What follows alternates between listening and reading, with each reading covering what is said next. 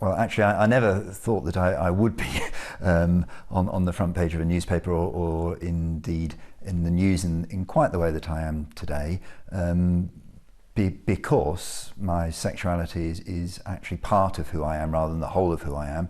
But the opportunity to speak now gave me a little bit more of an opportunity to speak from me. It is my personal life.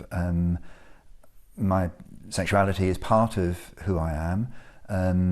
I never sought to make it a secret, and my focus and priority has been on my ministry, on serving God, on serving God's people, and I do that, as I always have done, as a gay man. As part of the process of discernment for this particular post, I was open about my sexuality during that discernment process. And before that, obviously with friends, family and other people.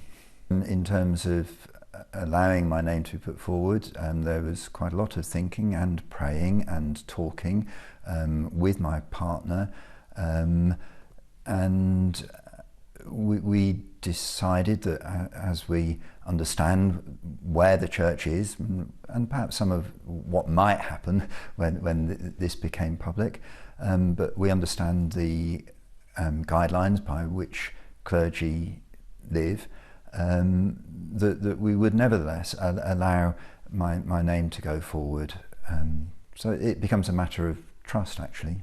So I absolutely understand that for some people, perhaps many people throughout the world and some in this country as well, of course, different expressions of human sexuality and how they relate to our faith are very heartfelt, very deeply felt, and matter very much. So yes, my sense was that this would become part of a public thing, but my trust in God and my focus is on the calling and the people that I've sought to serve throughout my ministry, and now very much especially in the Diocese of Lincoln.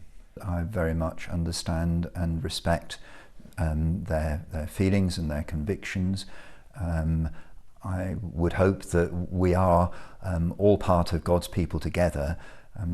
The Church of England, as you know, has been involved in a formal process of shared conversation. That's now moving into a new phase.